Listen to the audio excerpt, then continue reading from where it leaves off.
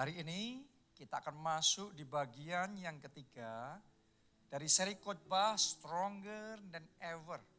Lebih kuat dari sebelumnya. Dan di dalam bagian yang ketiga ini saya mau bagikan kepada kita semua satu firman Tuhan yang luar biasa sekali. Judulnya adalah serangan balik. Wow, ini judul yang gak biasanya.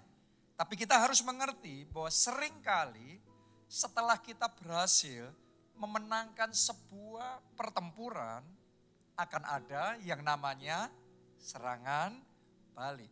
Anda boleh mempelajari ini di dalam Alkitab dan saudara akan menemukan banyak sekali contoh-contohnya.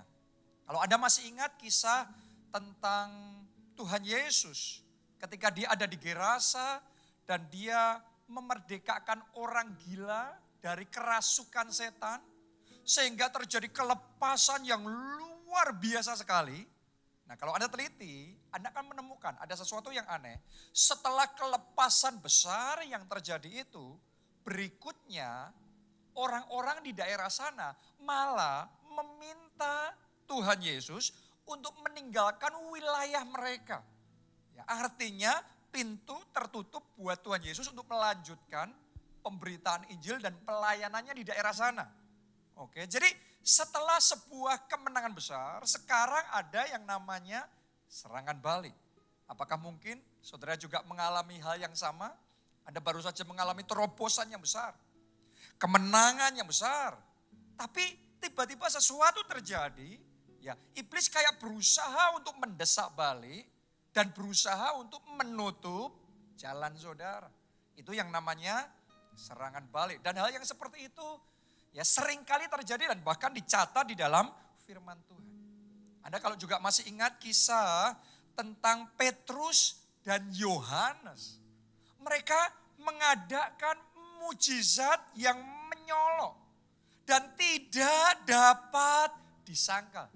Yaitu orang yang lumpuhnya sejak lahir, tapi oleh kuasa nama Yesus disembuhkan. Petrus berkata, emas dan perak tidak ada padaku, tapi yang ada padaku kuberikan kepadamu. Di dalam nama Yesus orang Nazaret, berjalanlah. Dan kemudian orang lumpuh itu berjalan. Dan itu menjadi sebuah terobosan yang luar biasa. Kemudian pertobatan jiwa besar-besaran terjadi, 5.000 jiwa bertobat dan diselamatkan. Jadi Anda bisa membayangkan, itu benar-benar revival yang besar dan luar biasa Tuhan kerjakan. Tapi kalau Anda teliti, lebih lanjut lagi dalam ayat-ayat berikutnya, Anda akan menemukan bahwa tiba-tiba para imam dan orang-orang Saduki yang lihat semuanya itu, mereka marah, terus kemudian mereka datang untuk menangkap Petrus dan Yohanes. Jadi di momen sebelumnya Petrus Yohanes mengalami revival besar. Tapi di momen berikutnya mereka malah ditangkap. Nah, ini yang namanya serangan balik. Apakah saudara juga mengalami hal yang sama seperti yang dialami oleh Petrus dan Yohanes? Tuhan pakai saudara untuk mengerjakan mujizat. Melalui hidup saudara ada banyak pekerjaan Tuhan yang luar biasa, banjir mujizat terjadi. Tapi di sisi yang lain seolah-olah iblis membangkitkan pihak-pihak tertentu untuk menyerang saudara. Apapun alasannya, entah gimana, pokok mereka gak suka ketika mujizat terjadi, ketika kesembuhan ilahi terjadi, ketika kuasa Allah didemonstrasikan, seolah-olah mereka gak suka dan mereka berusaha menyerang saudara. Nah, kita harus mengerti bahwa peperangan kita bukan melawan darah dan daging, tetapi melawan roh-roh jahat dan penghulu di udara. Tapi itu yang disebut dengan serangan balik. Ternyata Petrus dan Yohanes pun juga mengalami hal yang sama. Ya, contoh berikutnya lagi, yaitu kisah tentang Paulus dan Silas yang mengusir roh tenung dari seorang hamba perempuan. Nah, Alkitab mencatat dari hamba perempuan ini, tuan-tuannya mendapat keuntungan yang besar dari tenung hamba perempuan ini. Jadi ketika roh tenungnya diusir, sekarang tuan-tuannya merasa kehilangan penghasilan mereka. Karena itu mereka marah besar, terus kemudian menimbulkan keributan, sehingga Paulus dan Silas kemudian dibawa ke pengadilan dan akhirnya mereka didera berkali-kali. Mereka dijebloskan ke dalam penjara, dijaga ketat, dan mereka dibelenggu dengan sangat kuat sekali. Nah, itu yang saya sebut sekali lagi dengan serangan balik. Hal yang kayak gini terjadi.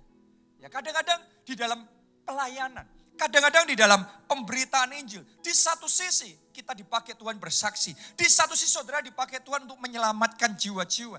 Tapi di sisi yang lain, ya ada tantangan-tantangan yang terjadi. Di sisi yang lain ada pihak-pihak yang malah memusuhi saudara dan berusaha melakukan hal-hal yang tidak baik. Itu pun dialami oleh Paulus dan Silas. Jadi kita nggak perlu heran kalau kita mengalami serangan balik. Satu lagi ya contohnya, yaitu kisah tentang Isa yang dapat rema dari Tuhan untuk menabur di masa kekeringan. Dan kemudian Isa menuai 100 kali lipat. Alkitab mencatat ia diberkati Tuhan luar biasa. Ia jadi kaya, kian lama kian kaya, bahkan ia menjadi sangat kaya. Jadi kalau ibaratnya zaman sekarang, Isa bersaksi, kesaksiannya fantastis. Kesaksiannya mujizat keuangan yang luar biasa dan itu benar-benar ajaib. Akan tetapi kalau Anda pelajari di dalam ayat-ayat berikutnya, Anda akan melihat sesuatu yang berbeda terjadi. Gara-gara Isa diberkati, orang Filistin yang melihat jadi iri hati. Dan kemudian mereka mengusir Isa dari wilayah itu. Jadi sekarang Isa malah jadi kehilangan tempatnya. Bukan cuma itu saja, ketika Isa pergi, Isa cari daerah yang baru, terus kemudian menggali sumur, dapat sumur, terus dirampas sama orang Filistin ini. Dan itu terjadi beberapa kali. Dia gali lagi, dirampas lagi, gali lagi, dirampas lagi. Baru setelah dia gali lagi, terus kemudian dia bisa mendapat ketenangan, menikmati sumur yang dia gali tersebut. Jadi ada tantangan demi tantangan. Ada masalah demi masalah yang terjadi setelah sebuah mujizat yang luar biasa. Kemenangan yang luar biasa. Jangan-jangan ada di antara saudara yang mengalami hal yang sama seperti yang dialami oleh Isa. Di satu sisi Anda diberkati besar-besaran. Tapi di sisi yang lain ada tantangan silih berganti. Ada masalah yang terus-menerus sampai kadang-kadang Anda merasa kelabaan. Saya mau ngomong sama saudara, itu yang namanya serangan balik. Nah, sementara saya ngomong seperti ini, coba mari kita teliti. Ya, apakah saudara juga sedang menghadapi yang namanya serangan balik di dalam peperangan rohani ini? Pertanyaan pentingnya adalah apa yang harus kita lakukan untuk menghadapi serangan balik tersebut. Kita akan belajar. Karena doa saya, saudara semua, seluruh jemaat keluarga Allah, ketika serangan balik itu datang, Anda tidak kalah, tapi Anda mengalami kemenangan yang gilang gemilang. Isa pada akhirnya mengalami kemenangan. Petrus dan Yohanes mengalami kemenangan yang gilang gemilang. Paulus dan Silas, bahkan Tuhan Yesus mengalami kemenangan gilang gemilang. Ya, jadi pertanyaannya, apa yang harus kita lakukan untuk menghadapi serangan balik? Ada 5, saya mau bagikan buat saudara. Nomor 1, sadarlah dan berjaga-jagalah. Kita baca dulu. 1 Petrus 5 ayatnya yang ke-8. Ditulis begini. Sadarlah dan berjaga-jagalah, lawanmu si iblis berjalan keliling. Sama seperti singa yang mengaum-ngaum dan mencari orang yang dapat ditelannya. Jadi kalau saudara mau menang menghadapi serangan balik, yang pertama kita harus sadar dan kita berjaga-jaga. Kenapa? Karena iblis itu berusaha cari celah, cari kesempatan untuk bisa menyerang kita, untuk bisa menelan kita. Itu sebabnya kita harus waspada. Banyak orang gak sadar ada yang namanya peperangan rohani.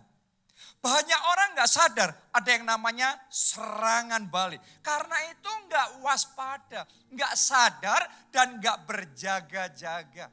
Saya perhatikan berapa banyak istri yang gak sadar bahwa iblis itu cari celah untuk mengacaukan keluarganya dengan cara adu domba antara dia sama suaminya. Akibatnya hal-hal kecil muncul, ya. Tapi karena nggak sadar itu adalah hal-hal yang iblis mau pakai untuk mengadu domba antara dia dan suaminya. Akibatnya nggak sadar, nggak waspada, terus membiarkan itu dipakai oleh iblis untuk membuat dia sama suaminya bertengkar terus. Ya, kenapa? Karena nggak sadar lawannya iblis bukan suaminya. Ya, sebaliknya juga sama. Ada berapa banyak suami yang gak sadar iblis berusaha menelan pernikahannya. Dengan cara apa? Menyodorkan godaan demi godaan. Berapa banyak suami di tempat kerjanya ya, terus kemudian bergaul dengan lawan jenis ya, terus kemudian tidak dijaga batasannya, katanya it's okay, cuma teman saja, gak usah masalah, gak usah curiga-curiga. Tapi pada akhirnya itu celah yang dipakai iblis untuk menjatuhkan pernikahannya, untuk menerkam pernikahannya. Berapa banyak anak Tuhan juga gak sadar ada hal-hal tertentu yang iblis selalu cari celah untuk masuk dan mengacaukan ya keluarga kita, kesehatan kita, pekerjaan kita, pelayanan kita, bahkan kehidupan rohani kita. Pada intinya kalau kita gak sadar, maka kita gak berjaga. Kita gak waspada. Karena kita gak waspada, kita gak siap. Karena kita gak siap, mudah buat iblis menelan kita. Itu sebabnya hari ini kita perlu belajar waspada. Jangan-jangan ada serangan yang sedang iblis lancarkan untuk menelan hidup kita. Ya coba saya ingin ajak saudara semuanya meneliti baik-baik. Yang pertama buat saudara yang sedang menghadapi tantangan yang besar, sedang menghadapi masalah yang besar. Saudara sadarilah, bisa jadi itu adalah sebuah peperangan rohani atau sebuah serangan dari iblis untuk menerkam, menghancurkan kehidupan saudara. Jadi sadar, itu bukan masalah biasa, tetapi itu sebuah serangan rohani. Yang kedua, saudara yang gak punya masalah apa-apa, rasanya hidup saudara berjalan dengan lancar, semuanya fine-fine aja, baik-baik saja. Saya juga mau ngomong sama saudara, Anda harus tetap waspada. Karena di dalam keheningan ketenangan itu, iblis bisa cari kesempatan untuk menyerang juga. Yang ketiga, buat saudara bahkan yang sedang diberkati besar-besaran. Saya mau ngomong begini sama saudara, tetap waspada. Anda boleh mengalami kemenangan besar, mujizat besar, tapi di saat yang sama iblis tetap cari celah gimana caranya untuk melancarkan serangan dan menjatuhkan saudara. Karena itu tetap waspada. Coba Anda lihat contoh di dalam Alkitab, Tuhan Yesus sendiri yang baru saja berhasil menyelesaikan doa puasa. 40 hari, 40 malam. Wow, itu kan sebuah kemenangan yang menakjubkan. Bayangin, puasanya 40 hari, juga 40 malam total itu. Itu benar-benar luar biasa. Tapi ternyata walaupun sebegitu diurapinya Tuhan Yesus, iblis tetap cari kesempatan. Pada akhir dari doa puasa itu, iblis berusaha melancarkan godaannya, iblis berusaha melancarkan serangannya dengan tujuan untuk menjatuhkan Tuhan Yesus. Tapi Tuhan Yesus enggak jatuh, Tuhan Yesus enggak kalah. Kenapa? Dia sadar, dia berjaga-jaga, dia waspada, dan dia mengalami kemenangan. Saya deklarasikan di dalam nama Yesus, Anda tidak kalah. Semua serangan yang ditujukan, dilancarkan iblis kepada saudara saat ini juga dipatahkan. Anda yang menang, bahkan saudara jadi lebih dari pemenang. Oke? Tapi yang penting kita harus selalu sadar dan berjaga-jaga. Kalau Tuhan Yesus saja digoda, apalagi kita. pasti akan ada godaan, akan ada serangan. Karena itu buat saudara para pelayan Tuhan, para worship leader, singers, pemain musik, bahkan pengkhotbah, ushers dan lain sebagainya. Setelah sepanjang minggu ini kita melayani Tuhan, jangan pikir nggak ada serangan. Bisa jadi serangan terus kemudian tiba-tiba datang. Karena itu sadar dan berjaga-jaga. Saya berdoa sekali lagi, kuasa Tuhan menyertai saudara dan kemenangan terjadi.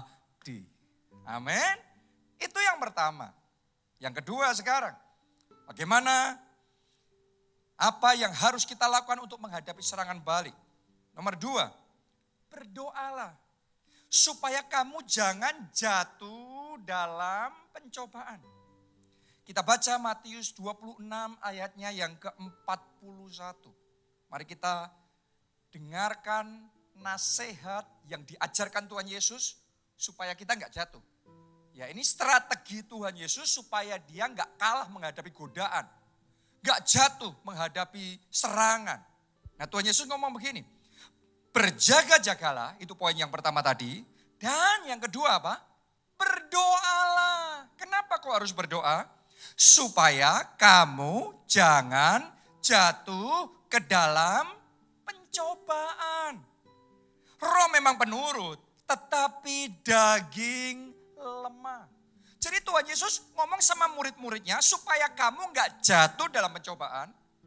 Supaya kamu gak kebobolan. Supaya kamu gak kalah. Kamu harus berdoa. Jadi kalau saudara sedang digoda oleh iblis, digoda. Anda mulai goyang-goyang. Jangan diam, berdoa. Oke, karena kalau saudara berdoa, Anda gak akan berbuat dosa. Tapi kalau saudara gak berdoa, Anda akan terseret, jatuh dalam dosa. Tuhan Yesus ngomongnya supaya kamu gak jatuh, maka berdoa. Kenapa? Karena roh penurut tapi daging lemah. Jadi ada roh, ada daging. Kalau kita berdoa, roh kita yang kuat. Makanya kita nggak jatuh. Dalam peperangan kita menang. Karena spiritnya kuat, rohnya kuat. Tapi kalau kita nggak berdoa, yang kuat dagingnya, sedangkan manusia roh kita lemah. Kalau kita lemah, nggak ada kekuatan yang cukup di dalam peperangan, banyak orang rebah, banyak orang jatuh dalam pencobaan, banyak orang kalah. Kenapa? Karena tidak berdoa. Mungkin saudara tanya sama saya, Pak, tapi kan saya sudah berdoa. Kenapa kok saya masih jatuh dalam dosa, jatuh di dalam pencobaan, di dalam godaan? Jawabannya sederhana, karena kurang berdoa. Murid-murid Yesus bukan tidak berdoa. Mereka berdoa tetapi kurang berdoa. Saya yakin Anda sudah berdoa tetapi Anda kurang berdoa. Kenapa? Karena kalau belum cukup doanya gampang untuk iblis menjatuhkan kita. Karena itu hari ini buka hati saudara lebar-lebar. Tuhan Yesus sedang mengajari saudara supaya enggak jatuh dalam pencobaan, berdoa. Ada yang doanya selama ini jarang-jarang. Ayo tingkatkan doa saudara. Ada sebagian orang yang doanya sehari 4 menit. Maksudnya gimana? 1 menit makan pagi, 1 menit makan siang, 1 menit makan malam, 1 menit doa sebelum tidur. Jadi 4 menit. Saya mau ngomong sama saudara gak heran, cepat roboh, cepat jatuh. Karena rohnya lemah. Hari ini saya tantang saudara, tingkatkan kehidupan doa saudara. Doa minimal 1 jam sehari. Bahkan 2 jam sehari. Bahkan 3 jam sehari. Sementara engkau bangun kehidupan doamu. Hari demi hari roh saudara bertumbuh. Roh saudara berkembang. Semakin kuat. Semakin kuat. Sehingga gak peduli serangan. Gak peduli godaan. Seperti apapun yang dilancarkan iblis kepada saudara. Karena Anda rohnya kuat. Anda mengalami kemenangan. Hari ini saya ajak saudara untuk berdoa. Belajar doa dalam bahasa roh juga. Belajar doa profetik. Anda yang mendengarkan firman Tuhan ini, saya percaya mulai hari ini hidup saudara penuh dengan kuasa. Kenapa? Sebab doa orang benar bila dengan yakin didoakan, besar kuasanya. Karena besar kuasanya, Anda menang di dalam peperangan rohani. Amin. Itu yang kedua. Yang ketiga sekarang, apa yang harus kita lakukan ketika menghadapi serangan balik? Poin yang ketiga, ketika diserang, lawanlah iblis dengan iman yang teguh. Jadi yang ketiga ini, kita harus melawan serangan iblis itu dengan iman yang teguh. 1 Petrus 5 ayat 9. Ini nasihat firman Tuhan. Lawanlah dia. Dia ini iblis. Dengan iman yang teguh. Sebab kamu tahu bahwa semua saudaramu di seluruh dunia menanggung penderitaan yang sama. Jadi ketika sebuah serangan balik dilancarkan oleh iblis, saudara belajar untuk melawan dengan iman yang teguh. Ketika iblis melancarkan intimidasi dengan berkata kepada saudara, tuh sakitmu tambah parah kan. Ini ujungnya pasti celaka. Ujungnya pasti binasa. Saya mau ngomong sama saudara, lawanlah dengan iman yang teguh bahwa oleh bilur-bilurnya sakit penyakit kita sudah disembuhkan. Oke? Ketika iblis ngomong sama saudara, tuh lihat pekerjaanmu habiskan. Sudah gak ada harapan, kamu rugikan. Lihat omsetnya turun terus kan, tambah hari tambah berat kan. Saya mau ngomong sama saudara, Anda diberkati. Lawan iblis, lawan intimidasinya, lawan tipu dayanya dengan iman yang teguh, dengan iman yang kokoh. Anda terus berdiri teguh di dalam iman saudara, maka kuasa Allah yang akan bekerja, mujizat akan terjadi. No akan menjadi yes, yang tidak mungkin akan jadi mungkin, yang tidak ada jadi ada. Karena kuasa Tuhan yang bekerja di dalam kehidupan kita. Saudaraku, di dalam pelayanan saya sendiri, perjalanan melayani Tuhan ini, kerap kali ada serangan demi serangan yang muncul, yang harus kita hadapi. Ya, tiba-tiba yang ngalami yang namanya serangan dari iblis. Tiba-tiba saja gedung gereja kita sempat sekian tahun yang lalu waktu perayaan ulang tahun malah ngalami kebakaran. Coba Anda renungkan itu. Ya, tiba-tiba saja perizinan dipermasalahkan. Tiba-tiba saja sakit hati, kesalahpahaman muncul di antara sesama pelayan Tuhan. Tiba-tiba saja ya gempa bumi terjadi. Tiba-tiba saja pandemi terjadi. Nah, itu semua adalah tantangan-tantangan yang cukup berat. Dan seringkali ketika menghadapi tantangan itu, tendensinya, godaan terbesarnya adalah untuk kita menyerah. Benar enggak? Anda kalau sudah menghadapi tantangan yang besar rasanya capek. Maunya berhenti, maunya menyerah. Saya mau ngomong sama saudara, lawanlah iblis dengan iman yang teguh. Saat perang Anda diserang, jangan lari mundur. Lawan iblis dengan iman yang teguh. Hold your ground, pertahankan wilayahmu, pertahankan kesembuhanmu, pertahankan kesehatanmu, pertahankan keluargamu, pertahankan kemenanganmu, pertahankan mujizatmu. Lawan iblis dengan iman yang teguh. Kalau Anda berdiri teguh dalam iman, Anda gak goyang imanmu, maka kuasa Allah yang akan bekerja, mujizat terjadi, dan kemuliaannya akan dinyatakan atas hidup saudara. Amin. Jangan sampai kita fokusnya teralihkan kepada serangan-serangan iblis yang menakutkan itu. Anda belajar dari Petrus. Petrus awalnya sudah percaya, imannya mantap. Dia berani melompat dari perahu karena disuruh Tuhan Yesus, ya, dan dia mulai berjalan di atas air. Jadi dia benar-benar mengalami mujizat yang besar.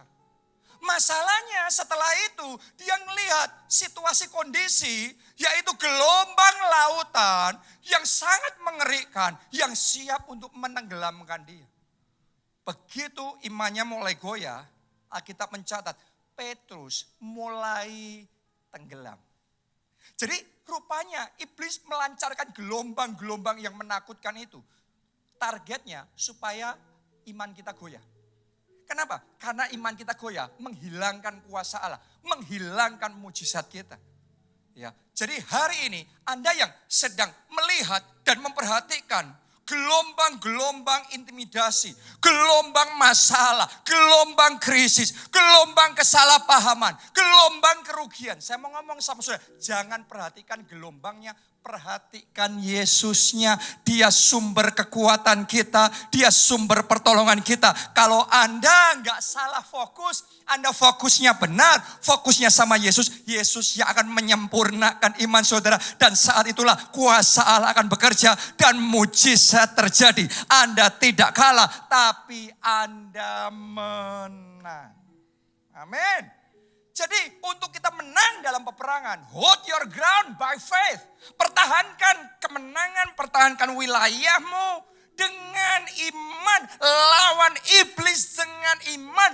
Apapun serangan dia lancarkan, jangan mundur setapak pun. Lawan iblis dengan iman, engkau akan menang. Amin. Haleluya. Yang keempat sekarang. Yang keempat, berperanglah sampai tuntas kemenanganmu. 1 Samuel 15 ayatnya yang ke-18 sampai 19. Tuhan telah menyuruh engkau pergi dengan pesan, pergilah, tumpaslah orang-orang berdosa itu, yakni orang Amalek, berperanglah melawan mereka sampai engkau membinasakan mereka. Jadi petunjuk yang diberikan oleh Nabi Samuel kepada Raja Saul pada waktu itu, kalau perang harus sampai tuntas. Oke, ayat 19. Mengapa engkau tidak mendengarkan suara Tuhan? Mengapa engkau mengambil jarahan dan melakukan apa yang jahat di mata Tuhan? Jadi sekalipun sudah dikasih petunjuk, kalau perang harus sampai tuntas. Rupanya Raja Saul nggak mendengarkan petunjuk itu. Dia menang perang tapi dia tidak menuntaskan sepenuhnya. Ini menjadi unfinished business. Ya, dia nggak menyelesaikan orang Amalek itu.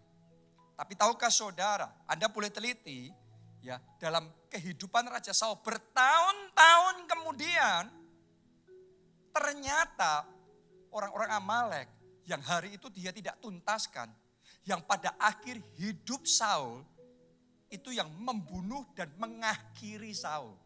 Jadi yang tidak dia tuntaskan itu yang menuntaskan dia. Anda harus ngerti, unfinished business can be very dangerous. Kalau Anda tidak menuntaskan urusan saudara, Anda tidak menuntaskan peperangan saudara, itu bisa jadi celah yang terbuka buat iblis untuk melancarkan serangan dan menjatuhkan saudara di babak berikutnya. Nah, hari ini terima pesan firman Tuhan ini, kalau perang harus sampai tuntas. Ketika sudah mengerjakan sesuatu, jangan mengerjakan separuh selesai atau sebagian besar selesai. No, kerjakan sampai tuntas. Kalau engkau mau membereskan hatimu dari kecewa sakit hati, mesti sampai tuntas. Jangan sampai di hati terus masih simpan kekecewaan, kepahitan, dendam. Unfinished business can be dangerous. Saya memperhatikan suami atau istri yang tidak membereskan sungguh-sungguh masalahnya, sekian tahun berikutnya itu jadi celah buat iblis untuk merusak pernikahan, merusak keluarganya. Jadi Anda harus ngerti, semua yang tidak dibereskan, tidak dituntaskan, itu bisa dipakai iblis untuk menyerang kita. Kalau saudara tidak menutup celah dosa perselingkuhan secara tuntas, okelah sudah terlanjur jatuh dalam dosa perselingkuhan. Tapi mesti selesainya sampai tuntas. Jangan cuma sekedar, oh ya sekarang sudah enggak lagi berselingkuh. Tapi masih simpen nomor handphonenya, masih kontak, masih say hi, chatting, texting. Saya mau ngomong sama saudara, sekarang kayaknya nggak apa-apa. Sekian tahun kemudian, itu bisa jadi celah yang iblis pakai untuk menuntaskan Anda. Jadi bahaya sekali kalau kita tidak menuntaskan serangan iblis itu, peperangan rohani itu jadi celah untuk iblis yang malah menuntaskan kita. Hari ini kalau Anda berperang, tuntaskan peperangan sampai selesai. Amin. Kalau Anda membereskan masalah, bereskan sampai tuntas. Kalau saudara mau menyelesaikan urusan legal, saudara selesaikan sampai tuntas. Ya kadang-kadang masalahnya, saya ngerti benar. Masalahnya kita enggan untuk nyelesain sesuatu sampai tuntas itu kadang-kadang sebagian orang kayak capek malas Sebagian orang gak enak hati karena harus berurusan sama pihak-pihak ini dan pihak-pihak itu. Sebagian lagi cari gampang. Karena itu gak tuntas 100%. Biasanya 95%. 5% ya sudahlah. No. Hari ini saya ajak saudara. Kalau berperang sampai tuntas. Disiplin diri saudara.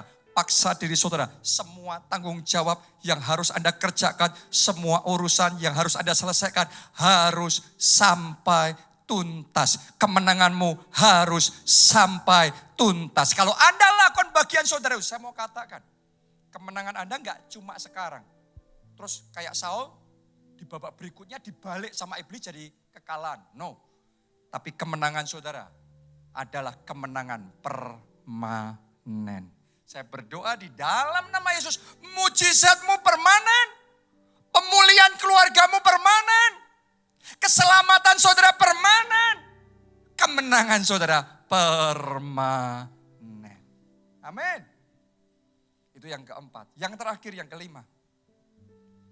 Pertahanan terbaik adalah terus agresif menyerang. Dan merebut daerah musuh lebih banyak lagi.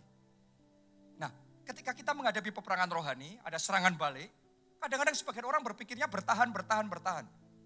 Tapi Anda harus mengerti, seringkali pertahanan terbaik adalah menyerang. Ketika kita menyerang, kita siap. Dan kita akan mengalami kemenangan. Coba Anda lihat Daud. Daud itu selama dia agresif menyerang, gak ada yang bisa mengalahkan dia. Daud selalu menang lagi, wilayahnya tambah luas lagi. Tuhan menyertai dia, kuasa Tuhan bekerja, mujizat terjadi, kemenangan terjadi. Tapi ketika Daud mulai mau pensiun, ketika Daud mau nyari relax, santai di rumah, gak maju berperang, agresif menyerang. Tetapi sekarang dia bertahan, di kubu pertahanannya yang paling nyaman.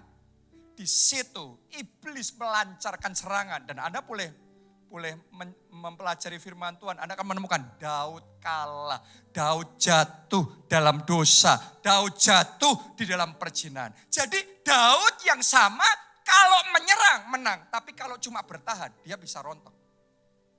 Seringkali pertahanan terbaik adalah kita menyerang.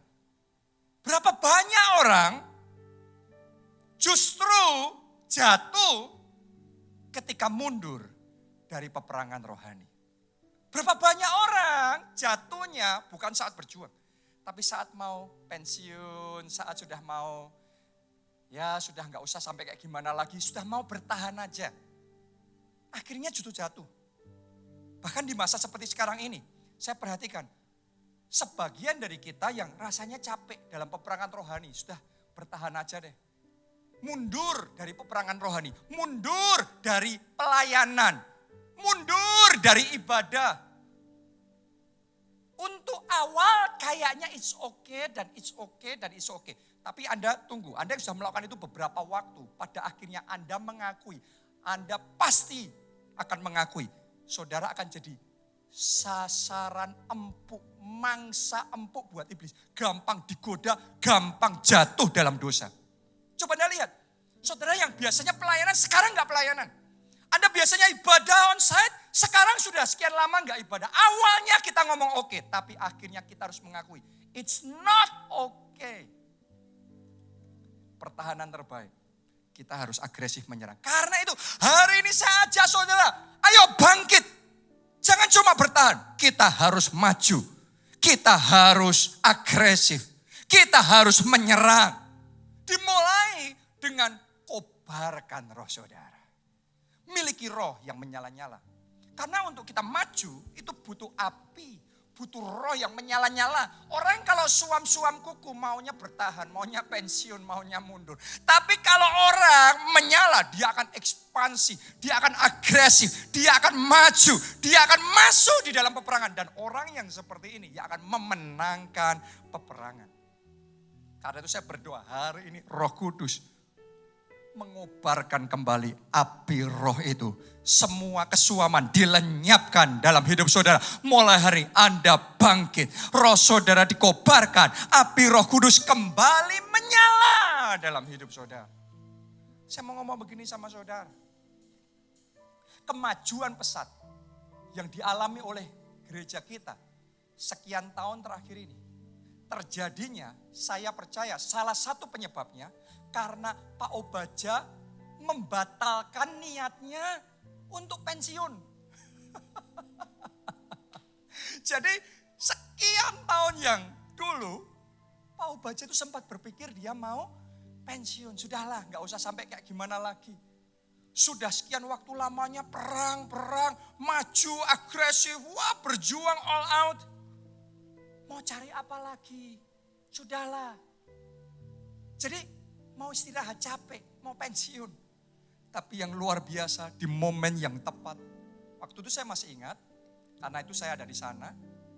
Tuhan pakai seorang hamba Tuhan namanya Suset Hetting untuk menyampaikan perkataan profetik, pesan Tuhan kepada Pak Obaja. Dan ketika Pak Obaja menerima itu, saat itu juga rohnya bangkit kembali. Tadinya sudah mau pensiun, tiba-tiba ada ledakan roh yang terjadi. Apinya menyala dan berkobar kembali.